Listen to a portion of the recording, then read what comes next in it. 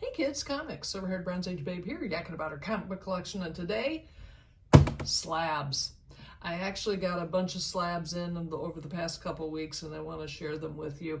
I've been doing a little bit of refining the collection, meaning I've sold off some books on the eBay, which gives me the funds to buy some slabs. But I think when I show you what they are, I think you'll see why I wanted to get them. So, first up, this is The Agony and Ecstasy of Young Love, number 106. It is a favorite book of mine from my romance comics women's lib section. This came out in the early 70s, and this story is ridiculous, but the cover is fantastic, and it really encapsulates my love or infatuation with how the comic book folks dealt with women's lib in the 1970s.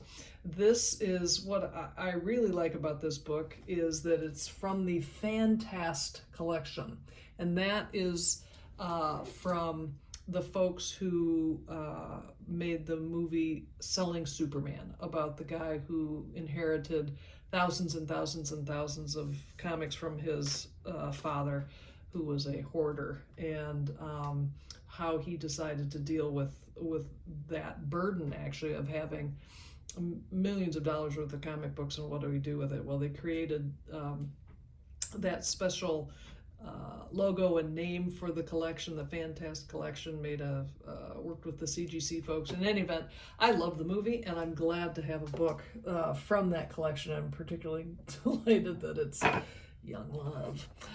Also from the Fantast collection is this wonderful 8.0 Lois Lane number 69. I love the Go-Go checks. I've always loved this cover. It's such a quintessential Kurt Schaffenberger cover. Oh, Lois dear, I'm rich and famous. Marry me, and I'll buy you every jewel in the store.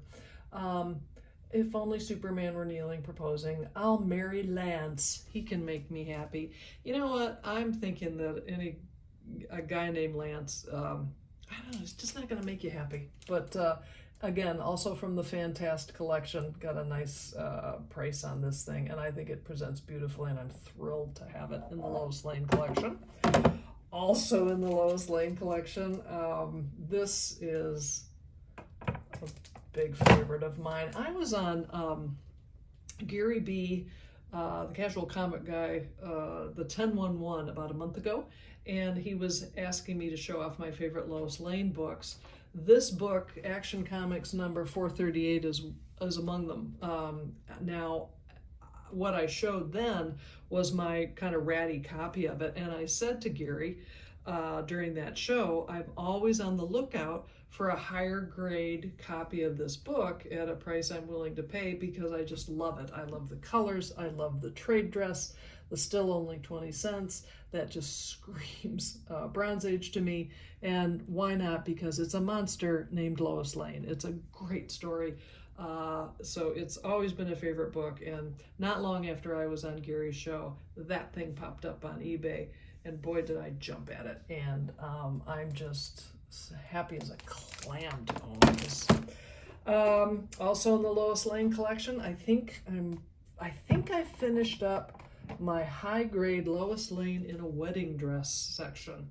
This is an 8.5 of Lois Lane number 68, one of those beautiful 80-page giants, The Wedding of Lois and Superman. Just these Silver Age covers with the Go-Go checks and the boxes on there, that is just so comic booky to me, that I'm delighted to have this, and I really do think it finishes off my high-grade Lois in a wedding dress.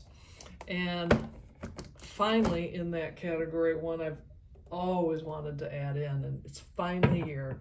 This is Lois Lane number 37, where this should be the happiest day of my life, and I'm heartbroken. Oh, Superman, how I wish you are my bridegroom instead of Clark Kent. So this is, again, another classic from the 1960s of Lois Lane, drawn by Kurt Schaffenberger. And this 6.0 presents absolutely beautifully. So I'm thrilled to have these things. So there you go. That's my latest addition to the Lois Lane and the romance comic collection. And I'm just happy as a slabbing clam to have them in there. So thanks so much for stopping by. I'll see you next time.